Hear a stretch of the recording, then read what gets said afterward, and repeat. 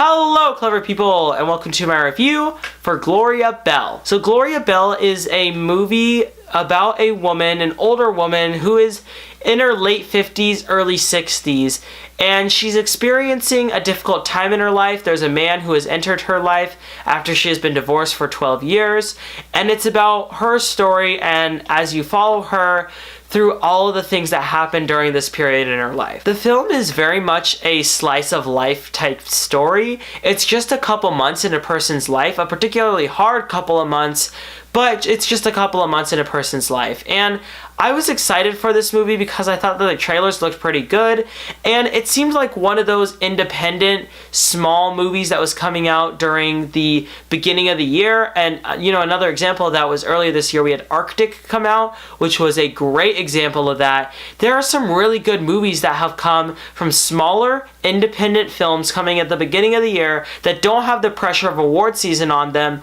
that are just simply trying to tell sweet or entertaining or stressful type stories.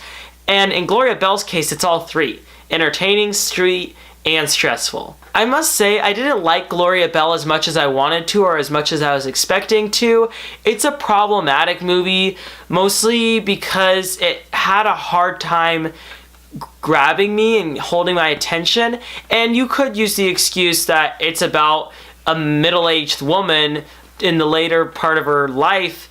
How are you going to relate to that? How are you going to get immersed in it? How are you going to find it entertaining? True. But the best movies can take stories like that and make them so deeply human that you feel for them. And I did feel for Gloria Bell. I did care about her character, but so much of this movie feels so repetitive, and even though that was the point, it still wasn't the good type of repetitive that still kept you immersed in the movie. I just found myself not fully immersed in the story of Gloria Bell like I wanted to be. Still, this is a very well-made movie. Performance-wise, writing-wise, directing-wise, just everything that makes a film is good here. Not even good, great. There's a lot of really great moments in this movie, great lines of dialogue. It's a really well-made movie, and it's fairly sweet. By the end of the movie, you feel satisfied, and you feel like you have seen a character change, and there's also some fairly funny moments in this movie, too.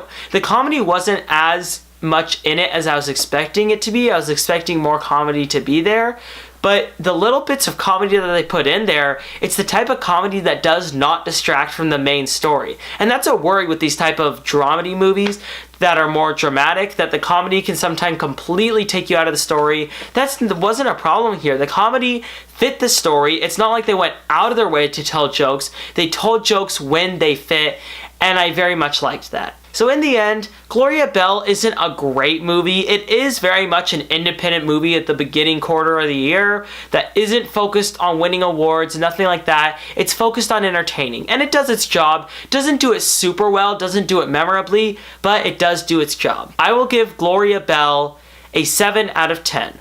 Alright, that concludes my review for Gloria Bell. So, what are your thoughts on this film, or what is your favorite movie centering around a middle-aged woman? Comment in the comment section below, and let me know. I'm Robert Burke, and this has been The Clever Critics. Goodbye.